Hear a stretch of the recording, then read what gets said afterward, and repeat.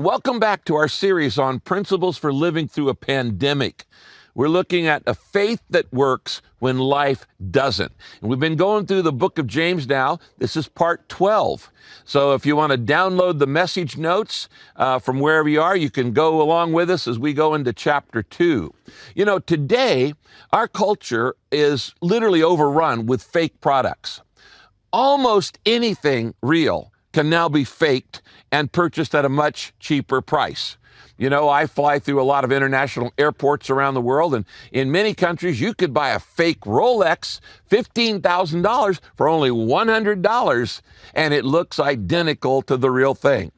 And of course, today, you could improve your body with fake nails, fake hair, fake teeth, fake body parts, which will remain unmentioned, fake tanning. And then you can go out and you can eat a taco with fake meat and fake cheese, and you could put fake sugar in your coffee. And then you can wear fake designer clothes made out of fake leather and fake fur while you talk about fake news to your fake friends on social media with your fake identity. Now, there are some areas in life where fake works just fine, just as well as the real thing. But there is one area where you have to have the real thing, and it is this.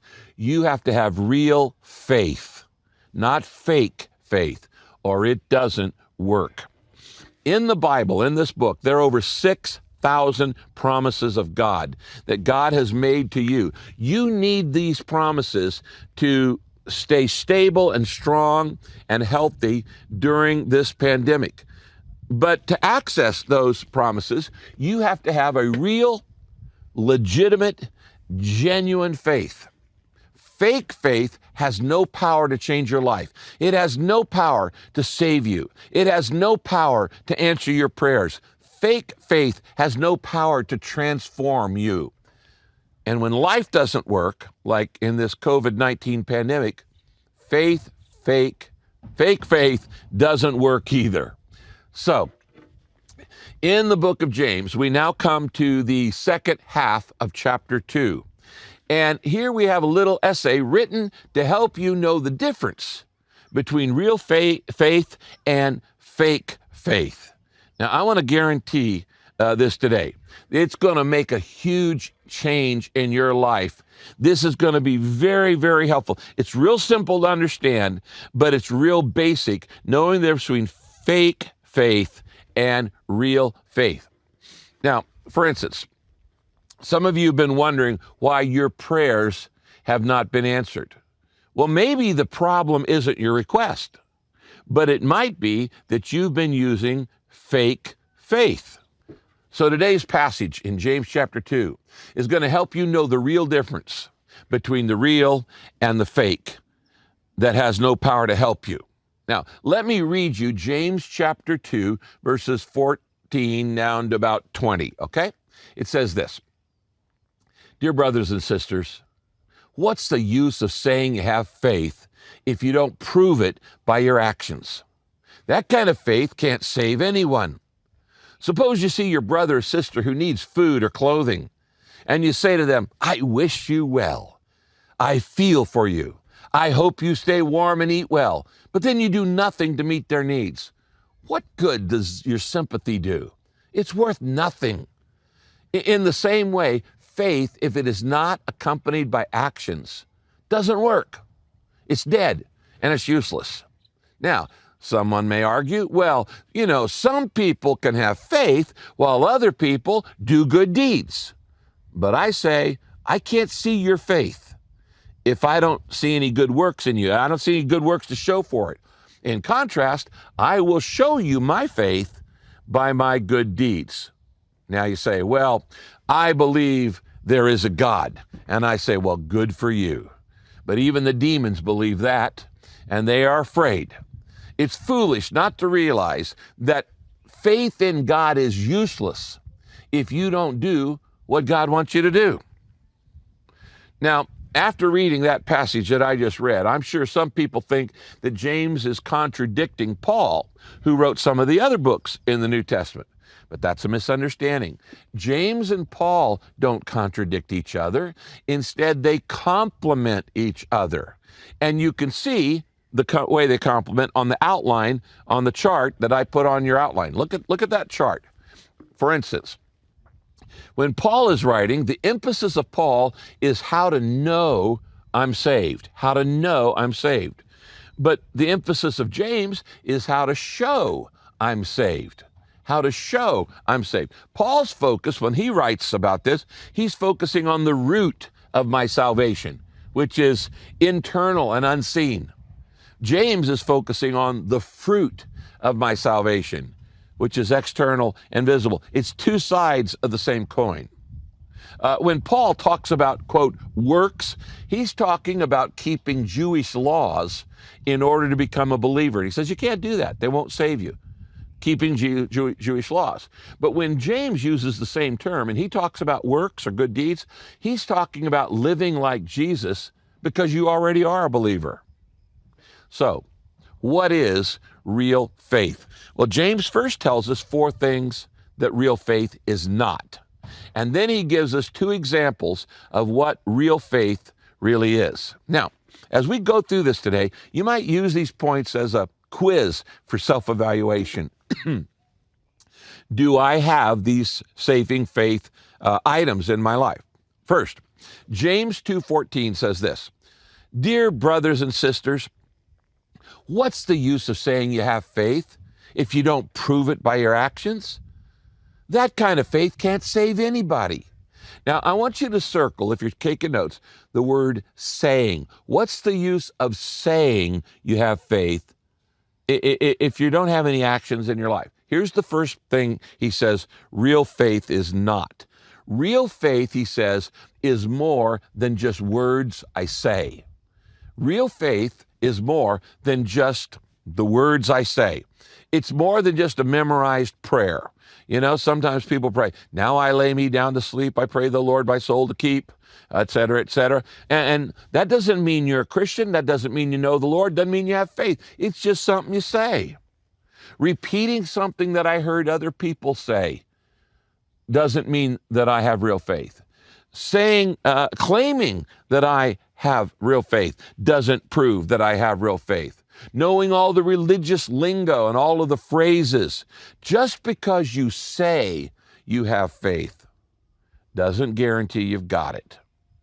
You ever met anybody who sounded like a believer? I mean, they know all the right phrases, but their lifestyle is a 360 degrees or 180 degrees difference. Their lifestyle doesn't match their words.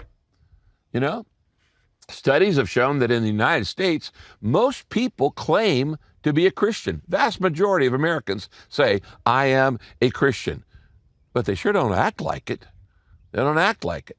And we saw outbursts of racism here just recently this week. That's not Christ-like when we treat other people with disrespect. And a lot of people live any old way they want to live. That's not faith. You know, today we make a mistake and we tend to label anybody who's a celebrity or anybody who's a sports star as a Christian if they just vaguely sound like a Christian. You know, somebody gets up at the Country Western Awards and they say, "I just want to thank the man upstairs." Well, who are they talking about? The producer? You know, that doesn't mean they're a Christian. He's saying just because you say you have faith doesn't mean you've got it. Real faith is more than words. In Matthew chapter 7, verse 21, Jesus says this, "Not everyone who says that I am their Lord is going to enter the kingdom of heaven." Whoa. Not everyone who says that I'm their Lord is going to enter the kingdom of heaven. The only people, this is Jesus talking, the only people who will enter heaven are those who do what my Father in heaven wants them to do. It's not just what you say, it's what you do. You ever had a driver flip you off and then as they drive by, they got a Christian bumper sticker on the back? You know, I could say, for instance, I could say or I could claim to be the best dancer in the whole world, but that wouldn't make it true. And the moment I started dancing, you'd know it was not true. Now, what value is phony faith? What value is fake faith? None. It has no value. It's worthless.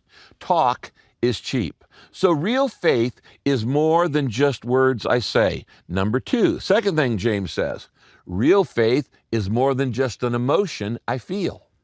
He says that in the very next verse. Real faith is more than emotion I feel. You can be inspired and you can be emotionally moved and you can get a quiver in your liver and you can have, goosebumps and you can be really emotional and never have real faith. James gives us an example of this. In James chapter 2, verse 15 to 17, he says this.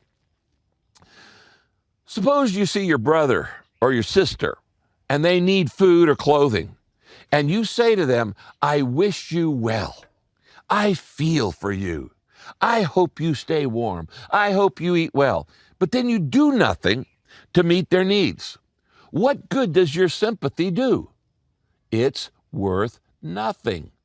In the same way, James is still talking. He said if it's not accompanied by action, it doesn't work. It's dead. The faith is dead and useless.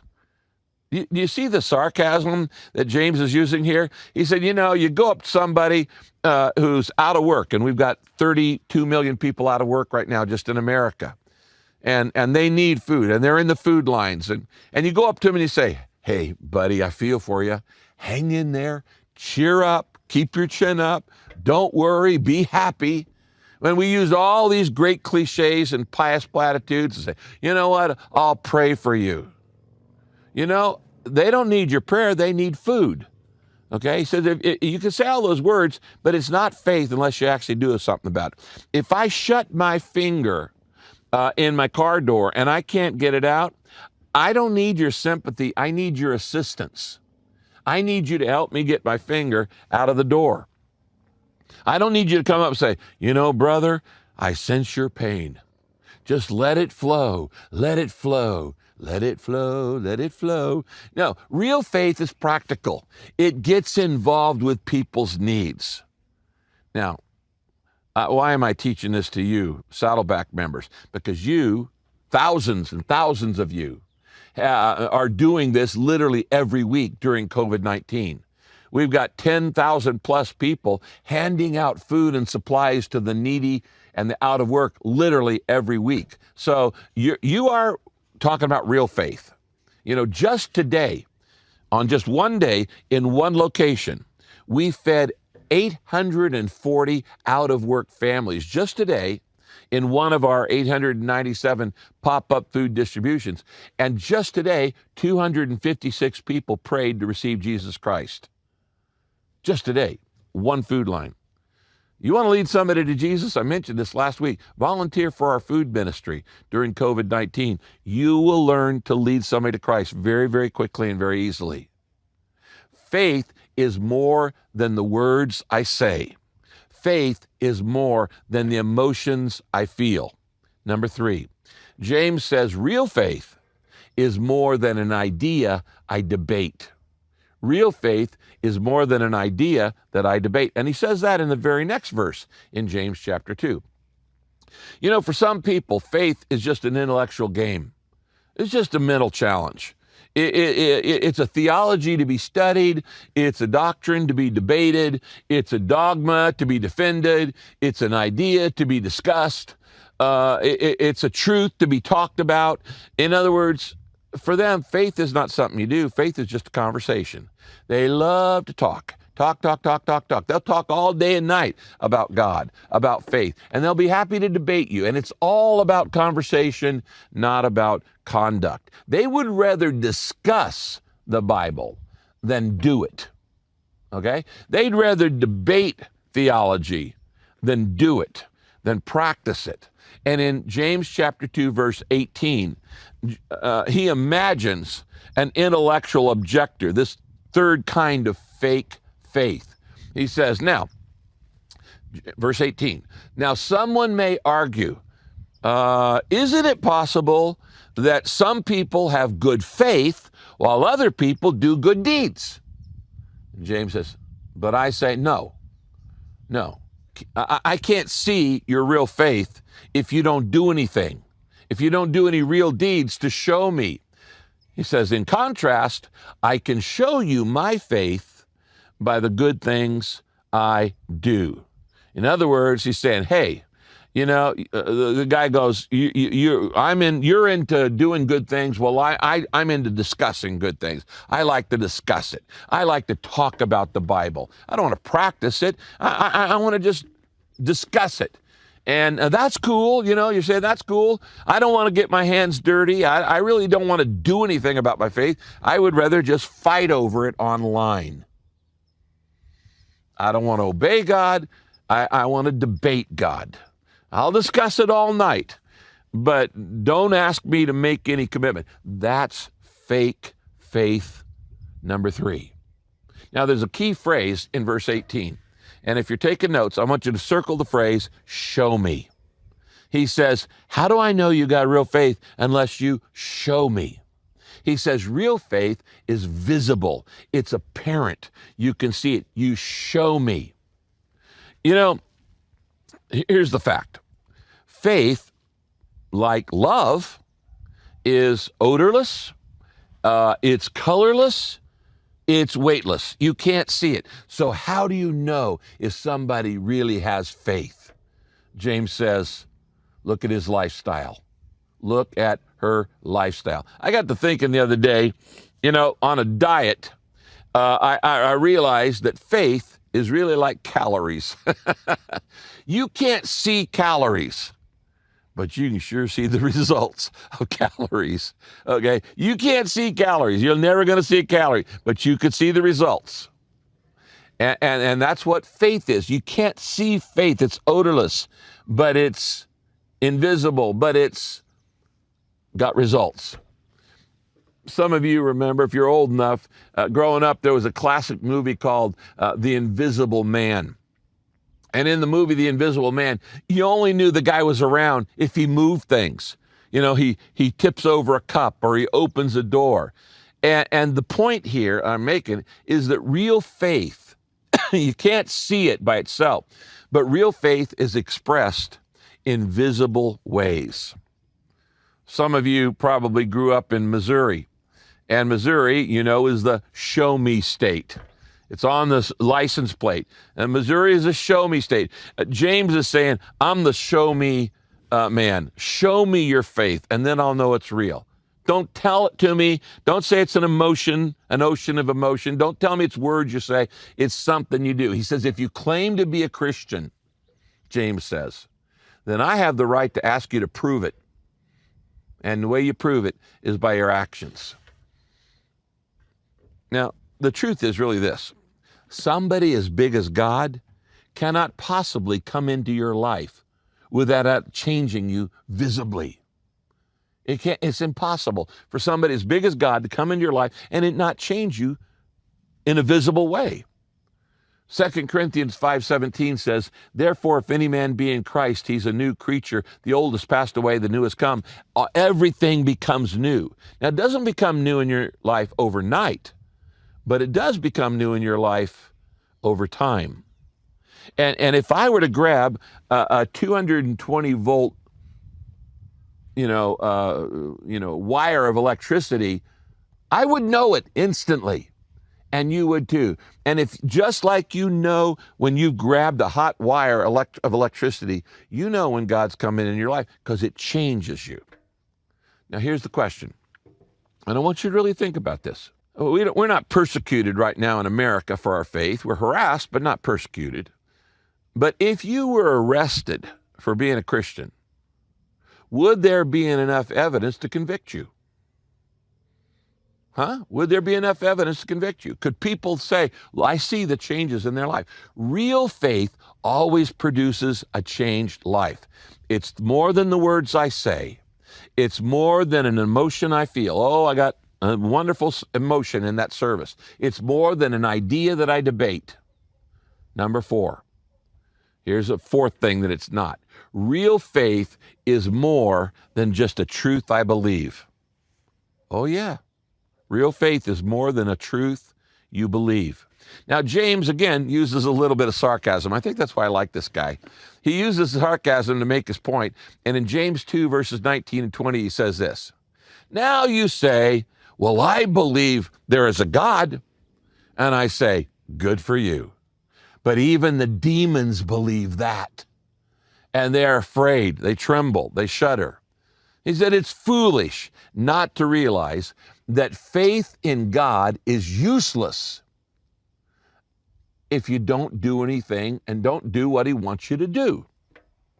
In other words, the guy comes and says, he thinks he's going to make brownie points by boasting, well, I believe in God. Big deal. The devil believes in God. Do you know that? The devil's not an atheist. He's smarter than that. Even the devil believes in God, but you're not going to find him in heaven. And demons believe in God. You're not going to find him in heaven. Why? Because it's one thing to have head knowledge about God, believe in God. It's another thing to obey God, to love God, to trust God, to serve God. Maybe you didn't realize this. The devil's not an atheist. He's no fool. Let me be clear. Saying, I believe in God will not get you into heaven. Because even the devil says that. Of course he believes in God. He believes in Jesus. He knows Jesus is the Son of God. That's why he wanted to kill him. So what? It's not just something you believe and you have an intellectual knowledge of. So what is real faith? If it's not what I say, it's not what I feel, it's not what I believe, it's not all of these things that I want to argue about and I want to debate. James says, faith is something I do. Faith is something I do. Faith is active. It's not passive. Faith is a commitment. Faith is a choice. Faith is an action. Faith is something I do. James chapter 2, verse 26.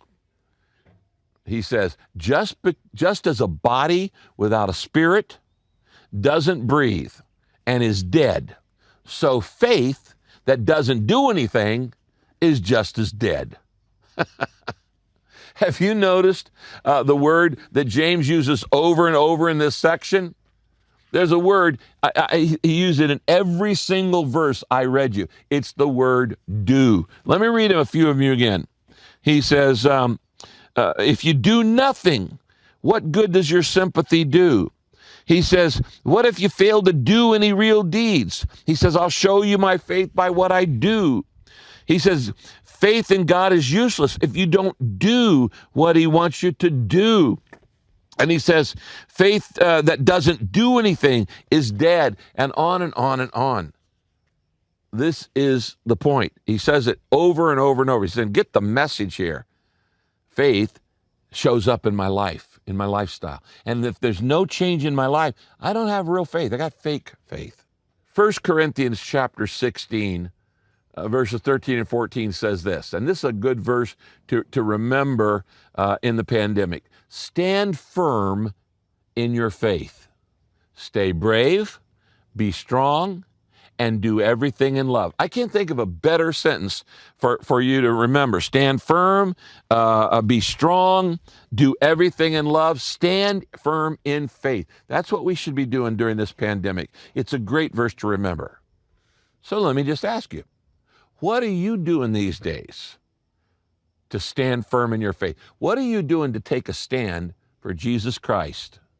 What are you doing to demonstrate your faith? Anything? Are you doing anything to demonstrate your faith in the middle of this pandemic? You know, this past week, about 50 people did something very courageous to demonstrate their faith. In the middle of this pandemic, they were baptized. I want to show you a video of people standing firm in their faith through their baptism this week. It brought tears to my eyes. Watch this. You stood before creation, eternity in your hand. You spoke the earth into motion, my soul now to stand.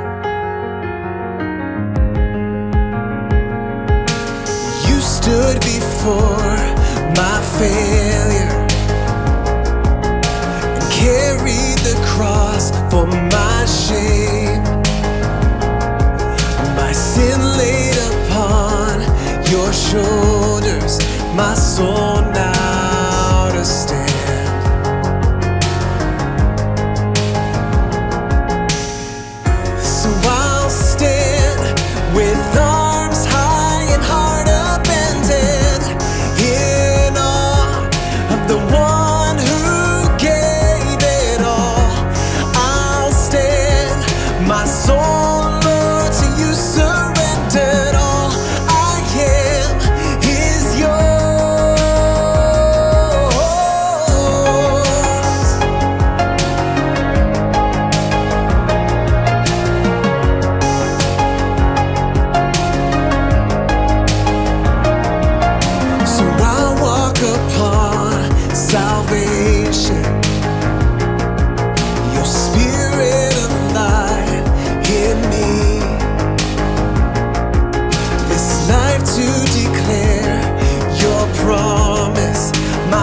able now to stay.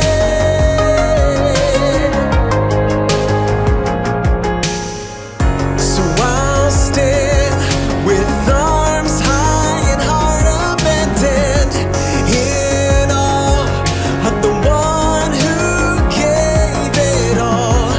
I'll stand, my soul, Lord, to you surrendered. All I am is yours.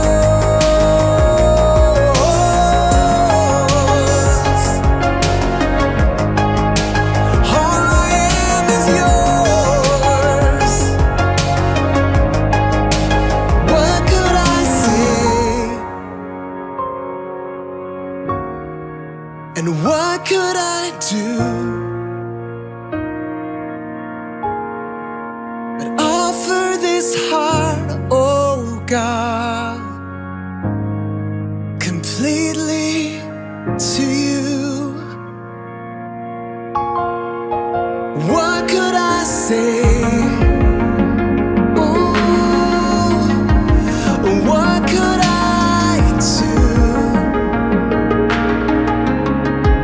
but offer this heart, oh God, yeah, completely to you?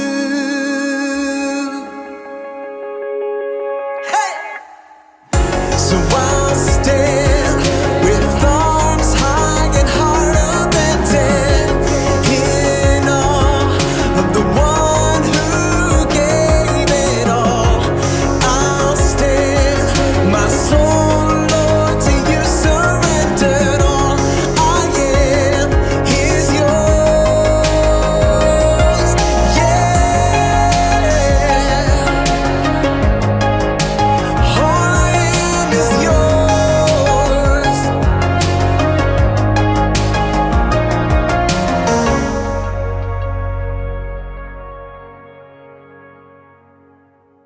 Now, James ends his little speech or essay on the difference between real faith and fake faith by giving us two actual examples of living by faith. And these two people were real people, but they were very, very different people. They were named Abraham and Rahab. These are the two people James chooses out of the Old Testament to demonstrate what real faith is, Abraham and Rahab. By the way, neither of them were Jews, which means they weren't a part of God's chosen people. Why? There weren't any Jews yet. There weren't any Jews until Abraham actually had faith. Abraham was born where modern Iraq is today. He wasn't born in Israel. He was born in modern day Iraq, in that empire, the Babylonian era. Now, Abraham had faith and Rahab had faith.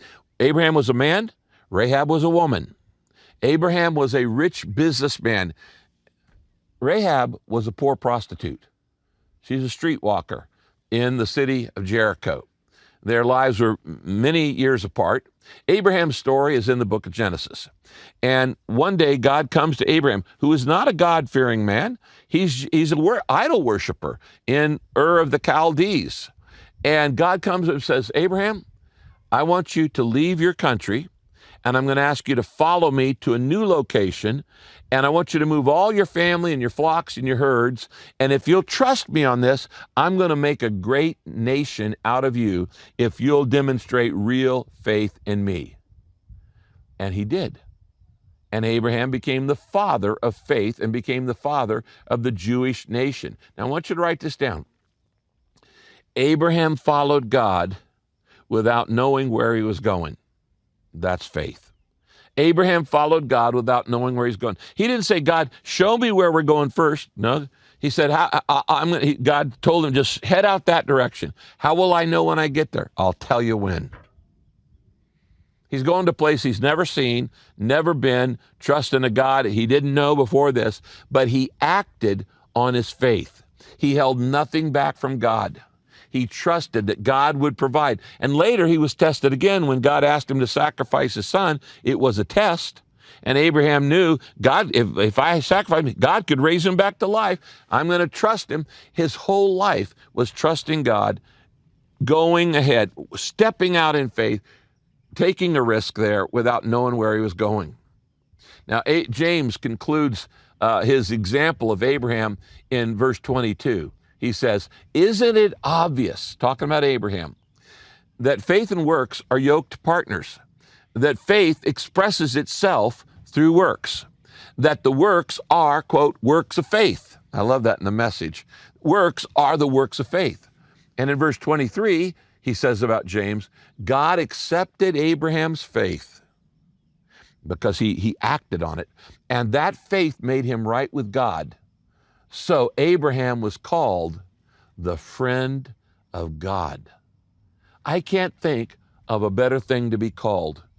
At the end of my life, I would like to be called the friend of God. At the end of your life, I would like for you to be called the friend of God.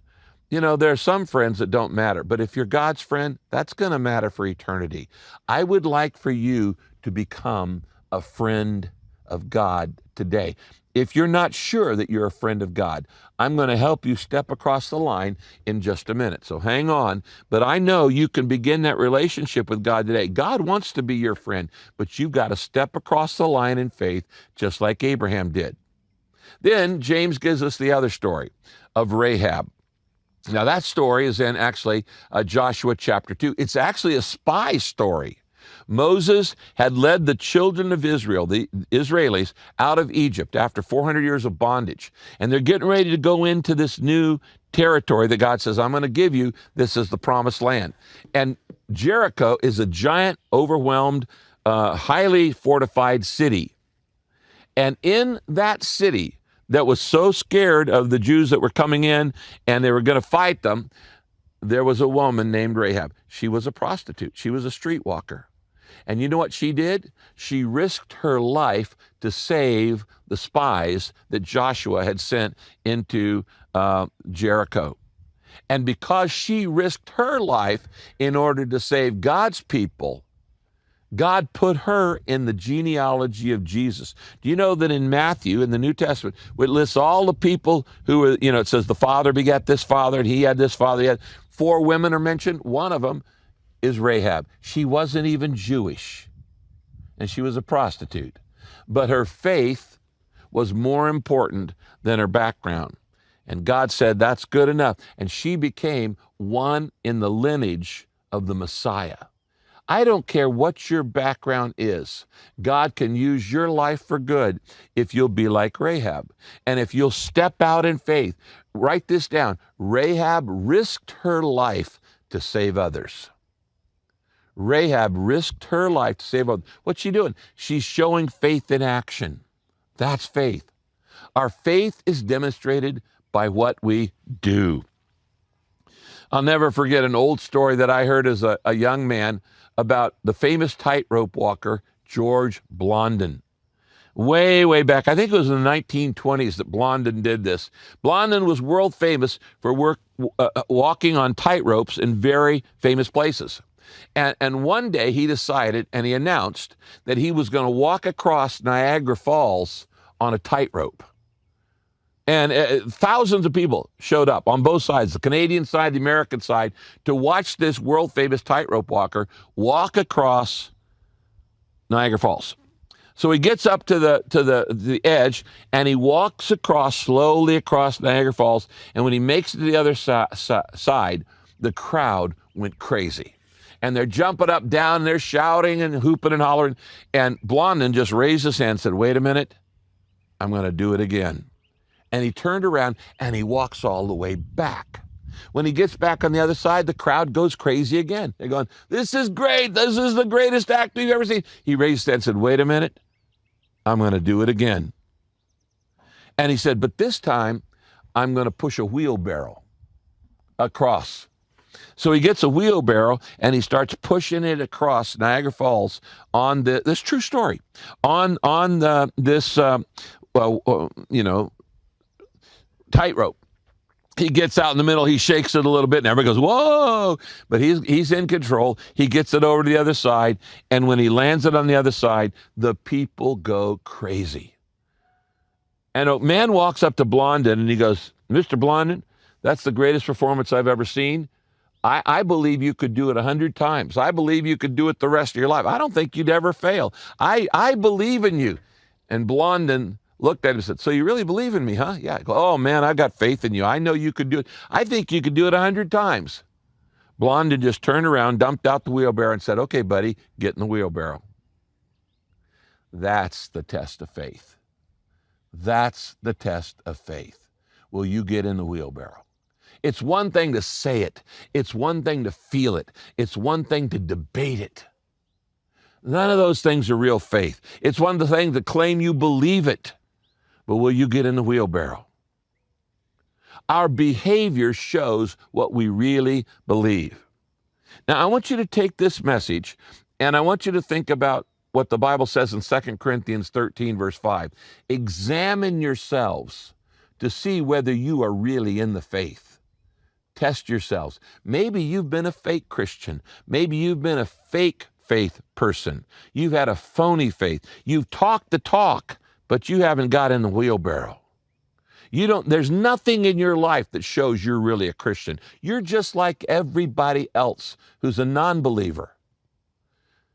Have you stepped across the line? If so, it ought to show up in your life. And it ought to show up during this pandemic. Now, let me make it really clear. Works don't save you. They can't save you. You can't work your way to heaven. You can't earn your way to heaven. They are not the root of your salvation. They are the fruit. They show you are a Christian. They don't make you a Christian. They show it. Ephesians 2, verse 8 and 9 says this. It is by grace you have been saved through faith. By grace through faith. For a life of good works, which God has already prepared for us to do. Now, notice there are three prepositions in that sentence. It says we're saved by grace, we're saved through faith, we're saved for a life of good works. You got all three parts in your life? If you're saved by grace and you're saved through faith, it's going to show up in your life. You can't have God come into your life and it not change you. Now, the order is important. By grace, through faith, for a lifetime of good works. And God has planned your life to make a difference. Now, I want to close with just a couple questions in light of what James has just said. Here's the question, first question. You need to ask yourself, am I really a Christian after all? Have I really put my faith in Christ? How do you know? How do you know that? I just said a few words. Did it change your life? What changes can you point to in your life? What changes can I point to in my life? Is my lifestyle any different from unbelievers? Each week, we do a couple things at the end of each service at Saddleback Church. The first thing we do is we recommit our lives to Jesus Christ. And if you have not ever done this, I want to lead you in a prayer right now. Okay, would you bow your heads with me? And this is a prayer of real faith, not fake faith. Say this, say, God, I don't want to have a fake faith. I want to really trust you. I want you to change my life for good. I don't want to just talk the talk and not walk the walk. I want my life to be better. I want my life to be different. I want my life to be what you made it to be. I want to know your purpose for my life. And I'm asking you to change me. I'm giving you permission to change me. And I want to learn to trust you and follow you like Abraham and like Rahab. Jesus Christ, I give you my life completely to you. In your name I pray. Amen. Now, if you really meant that, you know what's going to happen? You're going to start changing on the inside. Not everything overnight, but it's going to be the rest of your life that God changes you. If you prayed that prayer, one of the purposes of our church is to help you grow and understand your decision. So here's what I want you to do. You got a phone? Take your phone right now, and I want you to text the word New Start. One word, New Start, to 99,000. All right? I'll send you some material that'll help you with your decision. If you don't have a text, you want to email newstart@saddleback.com. 99,000, text New Start or email newstart@saddleback.com. Second thing we do every week is we express our gratitude to God for his goodness by giving back to him. Do you know there are more promises in the Bible about generosity than anything else? Because God is a giver. He wants you to learn to be like him. Your generosity online is feeding literally tens of thousands of people out of work right now. And so you can go to saddleback.com and go give an offering today. Don't put it off. Go give an offering today to help other people who are out of work. Serve others who are in less fortunate time than you are. And then I mentioned baptism earlier. We're going to have a baptism in the near future at each of our campuses. If you will baptize, if you'll write to me, my baptism, the word my baptism, to 99,000. My baptism, 99,000, or email baptism@saddleback.com, and we'll set up an appointment baptism for you. I love you so much. I thank God for you, and we'll see you next week. God bless you, everybody.